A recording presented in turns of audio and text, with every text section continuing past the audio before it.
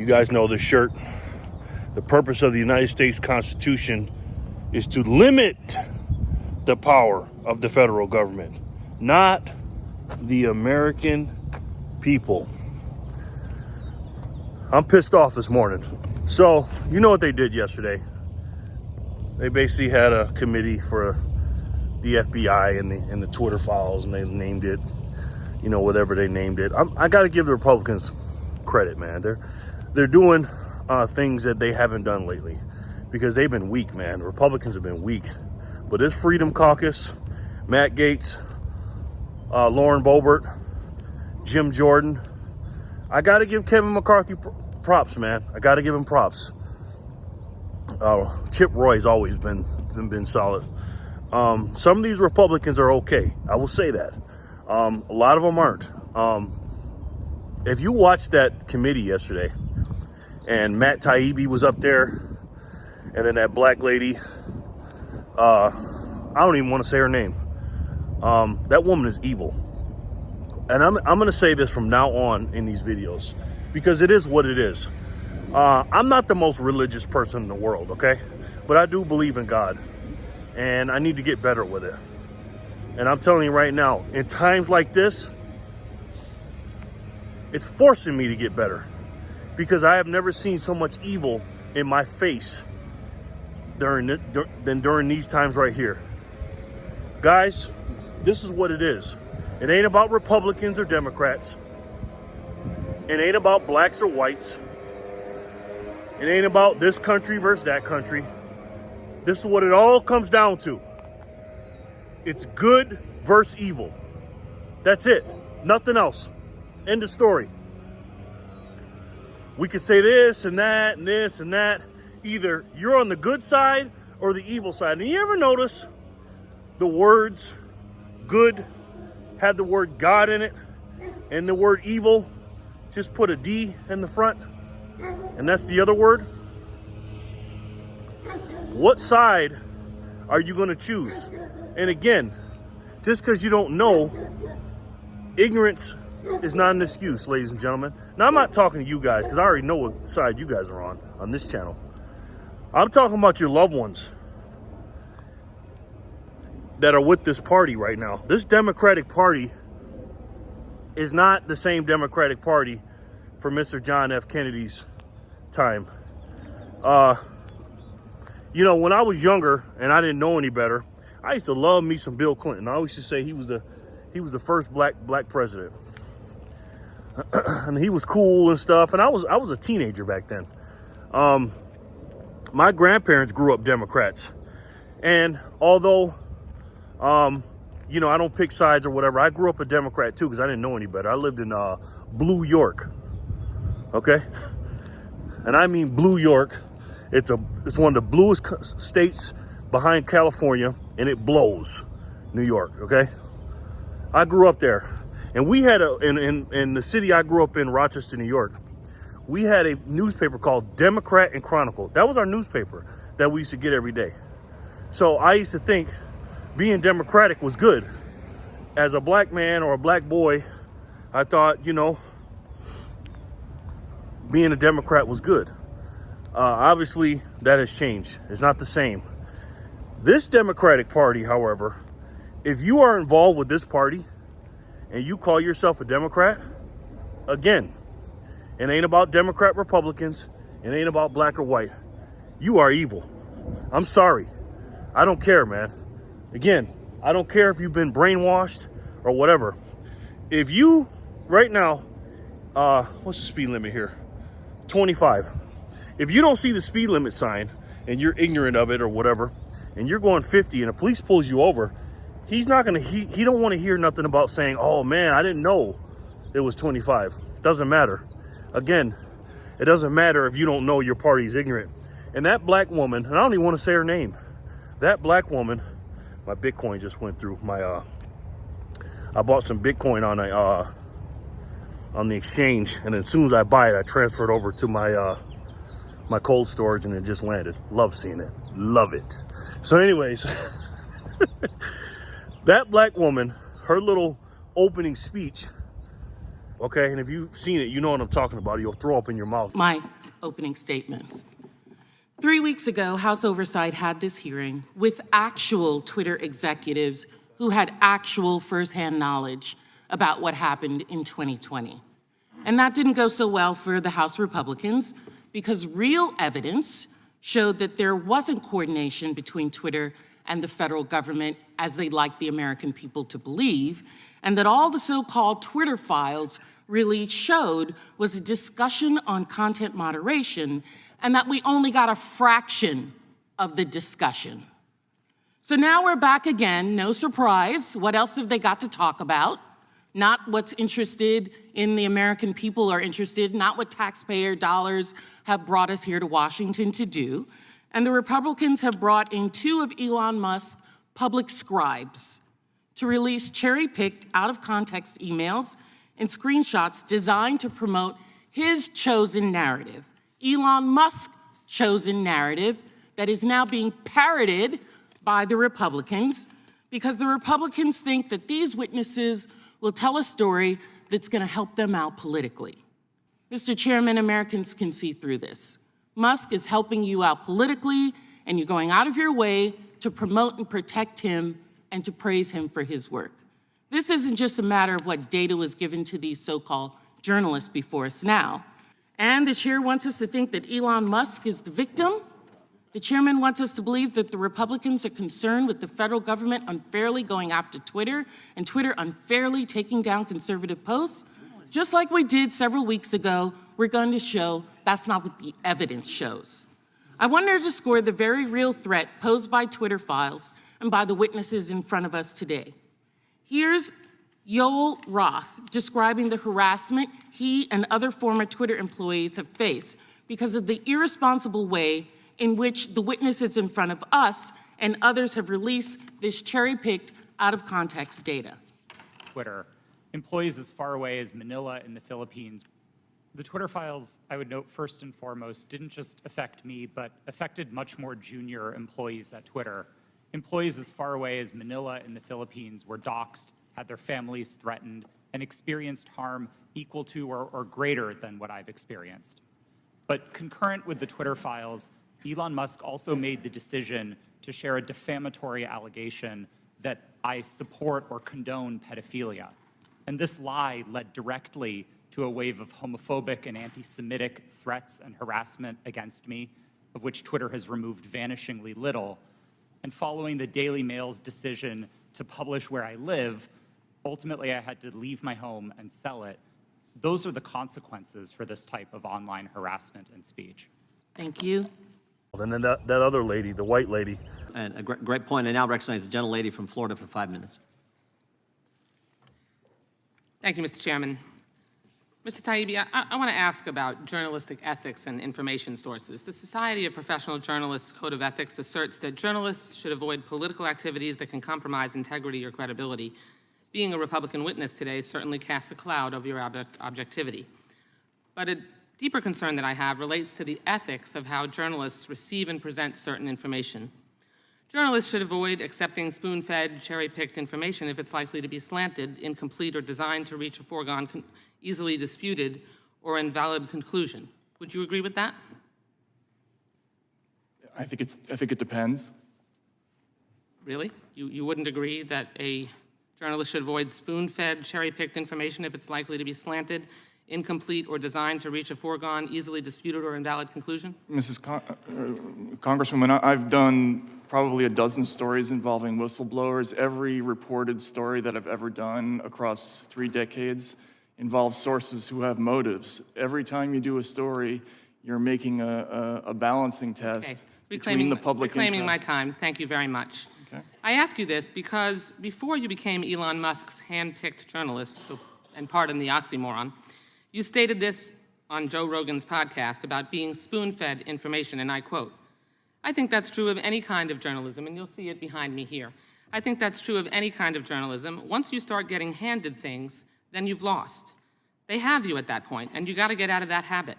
You just can't cross that line." Do you still believe what you told Mr. Rogan? Yes or no? Yes or no? Yes. Good. Now, You crossed that line with the Twitter files. No. Elon Musk, it's my time. Please do not interrupt me. Elon Musk spoon-fed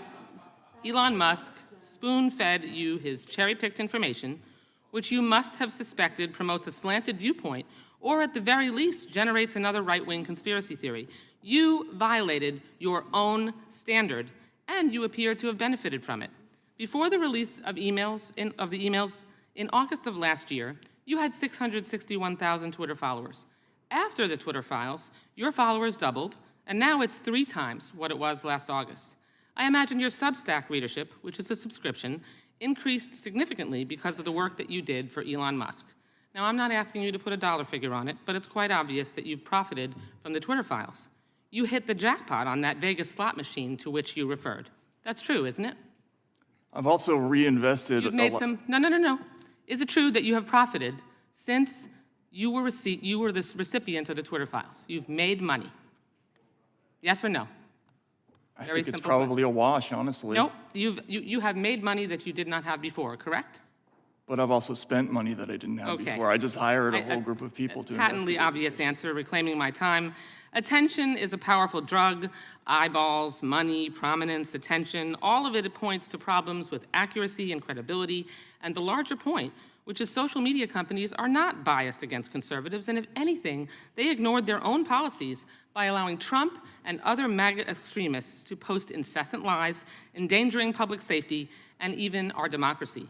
Hypocrisy is the hangover of an addiction to attention. Now, I want to point out another alleged finding from the Twitter files. Mr. Schellenberger, you've referenced several times this $3.4 million that the FBI paid to Twitter in 2020 that was referenced in General Counsel Jim Baker's email. I first want to confirm that nowhere in the email does Baker say that the money was paid to censor information, take down posts, suspend accounts, or do anything relating to content moderation. Is that correct? It is. Thank you. But honest reporting would have explained that the $3.4 million was paid to release information, not censor it. One of my colleagues on this panel repeated your distortions and told Americans this reimbursement was used to, quote, censor certain stories. That's a flat-out lie. Mr. Schellenberger, are you aware of Section 2706 under the Stored Communications Act? It says when social media companies comply with subpoenas, warrants, or court orders, it costs them money, so they get reimbursed. The FBI makes these requests and reimbursements to discover evidence and run relevant to a criminal investigation. Let me repeat that. The FBI makes these requests to help catch the bad guys. That helps keep child predators off social media sites. It helps keep violent criminals off our streets. I support the FBI and our law enforcement agencies. It would be nice if our Republican colleagues did the same and not fabricate explanations for payments that are defined for clear purposes in federal law. My time is just about wrapped up. May I But respond? the truth is that social media companies are unregulated monoliths. They pose danger to individuals. They allow posts that bring harm, and that's the bottom line. That the other side will not tell you. I yield back the balance of my time. Gentleman had no time to yield back, but I will let the gentleman, Mr. Schellenberger, respond. And I would also point out that I did not say what the Mr. FBI Chairman, I paid didn't Twitter ask- for. All I said was they paid Twitter $3.4 million. Mr. Chairman, point of order. I didn't ask Mr. Schellenberger a question. Yeah, but he My wants to, the witness understanding- wants to respond, and the witness have been invited at our guests, and frankly, they've been attacked by the federal please do government. that. I'm going to let Mr. Schellenberger answer that before recognizing Mr. Bishop. So are you going to do that as we move down the line of questioners? The gentlelady has not been recognized. You had your 5 minutes, and frankly, I think that's at the discretion of the chair. Mr. Schellenberger, you can respond briefly. Terrible, man. Terrible. I'm going to tell you something. Chuck Schumer's little speech he did was terrible the other day about Tucker Carlson, basically telling him to turn it off. And I thought that was in the worst speech, you know, basically a free speech. But that black woman yesterday, hers might have been worse. I don't know. This is pure evil, ladies and gentlemen. It's just pure evil. And I'm not standing for this shit. Now, YouTube, let me say something to you, YouTube, real quick. I'm not enticing any violence or anything like that. And by the way, guys, and YouTube, let me say this to you real quick. You know, you keep taking down my videos. You keep sending me these little warnings and putting stuff under my videos. What happened to free speech, YouTube? And see, you keep doing this, people are going to start waking up. There's a lot of dumb people out here that watch your little cat videos and little dumb shit. But this world is a politicized world, and you're trying to make people believe what you want, or your corporate people above you and the elites above you tell you what to say. People are gonna leave your platform, YouTube. I love your platform, man. You got to stop this shit, YouTube. You got to stop, man. You got to stop letting these people run your business, man, and taking away free speech. You're taking away free speech. We have to watch everything we say. That's why so many people, you're losing customers to Rumble. And speaking of Rumble, if I get taken off this platform, and it's a good chance I will, and I don't give a shit, by the way. I'm sick and tired of this, man. I love YouTube. I've been watching it since 2005. Love it. Jerry loves freedom in one word on Rumble. Okay? If I get banned on here. Jerry loves freedom. Because you know I do. And I know you do. What I saw yesterday during that committee was an absolute travesty on the Democratic Party side. I will give the Democrats this. Them motherfuckers stick together, boy. They stick to fucking together, man. And that's what they have over us, ladies and gentlemen. And I'm not talking about Republicans, okay? I'm talking about good. The good people. The people on the good side. We need to be recruiters for the people on the good side. And I'm going to make a bold statement here. And this is why I just said all the stuff about YouTube and Jerry loves freedom on Rumble, because I may get kicked off for saying this. But fuck it, I'm going to tell the truth. I'm going to make a prediction, ladies and gentlemen. I hope to God I'm wrong when I say this. But it's coming to a head. We're headed for a civil war. And here's how I think it's going to start. What happened on the January 6th day was an absolute travesty. Not because they stormed the Capitol. Oh, no.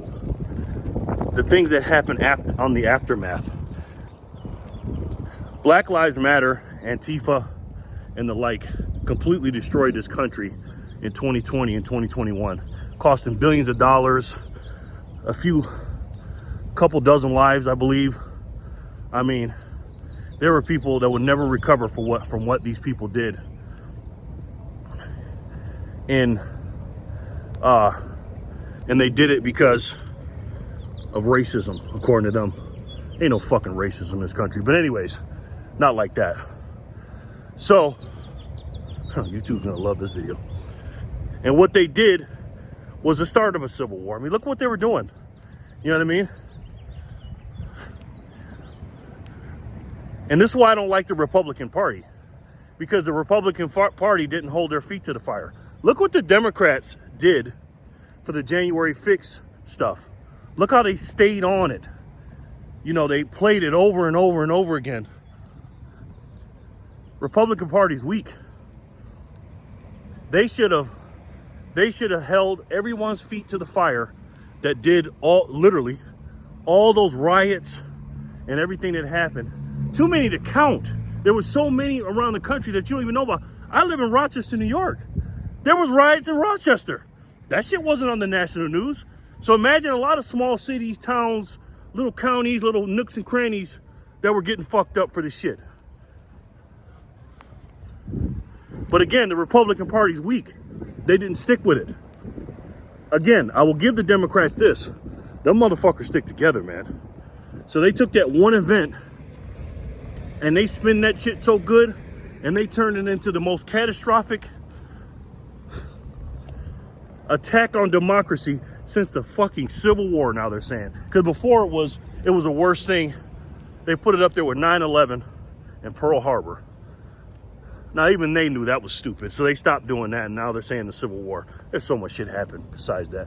But anyways, again, that's why the Republican Party's weak, because all they would have had to do was say half the things the Democrats said about January 6th, and, some people would be in prison, and that shit wouldn't be happening as much as it was.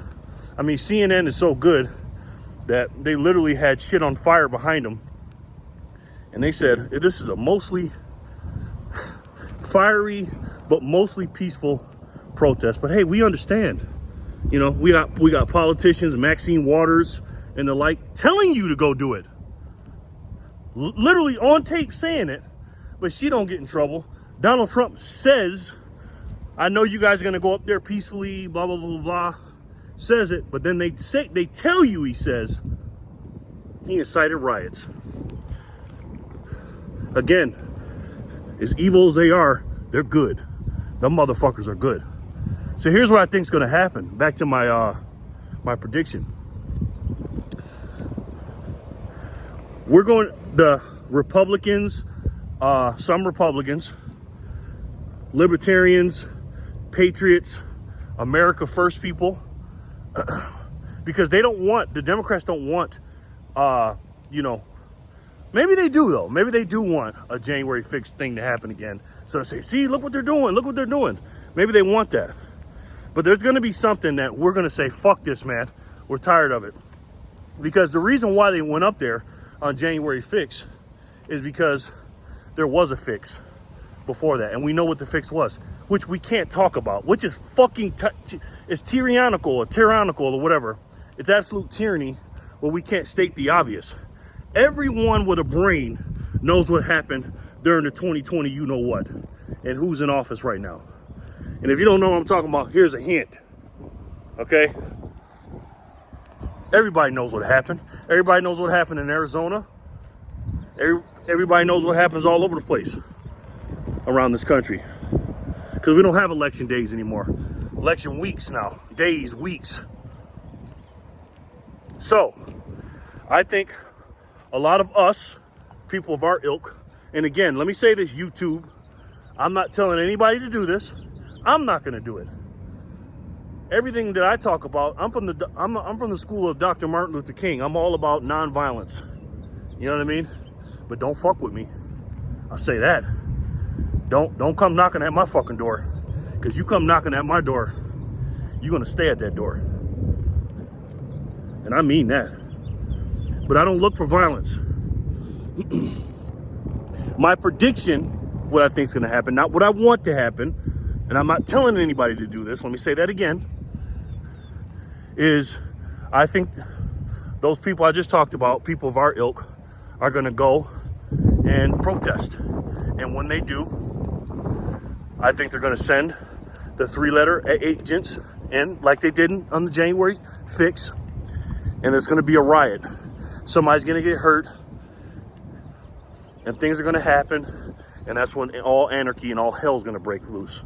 Because it's so much tension in this country right now. It's tension all over the world. It ain't just the country. Again, God knows I hope I'm wrong. But I'm on the side of good. You know, as I mentioned before, I am on the side of Dr. Martin Luther King. He was one of my heroes growing up. Again, he's not perfect. No one is. Neither are you. Okay? Before I hear this stuff in the comments about his women and all the other stuff. Somebody's always got something to say about somebody, which is crazy. You can't look up to anybody because they're not perfect. Every time you mention somebody, they got to talk shit about them. It's absolutely insane to me. Anyways, Dr. Martin Luther King did something that I don't think I could do, to be honest. He taught his constituents and the people that marched with him to learn how to take hits, learn how to go down like this, and when you're getting hit in this, don't hit back, and protect your inner organs and protect yourself, and because they knew that what they were walking into. Yeah, I don't know about that, but I commend him for it. And if it wasn't for him, this country wouldn't be like it is today. And the reason I'm saying this is because Dr. Martin Luther King put in a lot of work. He gave his life for his work. And now we're just basically with with the evil party, they're basically saying, you know what? We're gonna rewind 60 plus years maybe, of all that work and say, oh man, Jerry, you're oppressed because of the color of your skin. Get the fuck out of here. That's pure evilness, man. And I try to tell people like me, my family members, my relatives, that share my bloodline, and then I grew up with friends that have the same color as me. I tell them, you're not oppressed, and you know you're not oppressed. You know, why are you a Democrat? And I ask them that specifically, why? You know, because here's what they do to you, man. I'm not telling you to be a Republican. Be an independent if you want to be. You want to be political and you want to be all into it? Be an American. And if you don't like this country, because they're always talking about, and that's what I say, and I got people now that I've loved and known for years, and we're not speaking anymore. This is what I tell them when we argue about it, because I don't tell anybody how to think or whatever, but I'm telling them about the Democratic Party, and he's still not listening. I'm not hanging around you like that then. If you think you're a victim, because you are the average of the people you hang around, and they always tell me, oh, you think you're better than us and all that. I don't think I'm better than you. I just don't tolerate shit like that. I don't want to hear about victimhood and Donald Trump's a racist, because all that shit ain't true. I don't want to hear it. So if you want to talk to me about this or that, you know, now, be honest, now I don't even want to talk to him because all I talk about is sports and shit. So at the end of our conversations, I tell them straight up, if the country's that bad and it's all fucked up, phone ran out of space, I had to delete some stuff. Or was it the Matrix? But what I was about to say was, if the country's so fucked up, get the fuck out. That, you know, they get so triggered and mad when I say that. I mean, if I'm living somewhere and I don't like it, I just leave. That's what I do.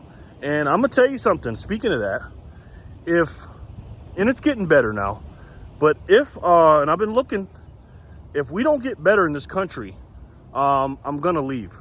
I love my country, but this ain't the country that our founding fathers built. It ain't the country that Ronald Reagan and John F. Kennedy and stuff governed over, man. This is not your grandfather's or your great-grandfather's country anymore.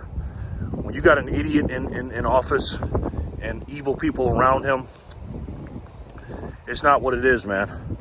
Anyway, guys, my phone keeps running out of space. Long story short, keep your head on the swivel. All right? Pick a side.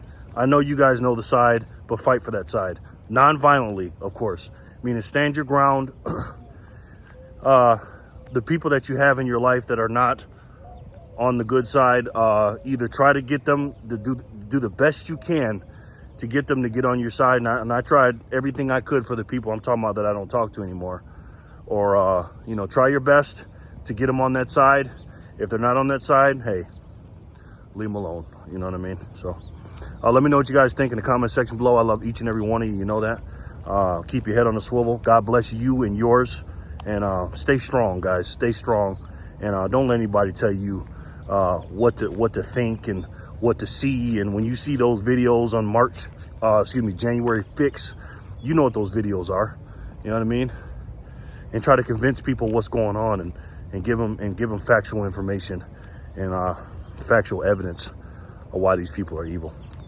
God bless this country. I love each and every one of you. You know that, and I'll talk to you soon. Peace and love.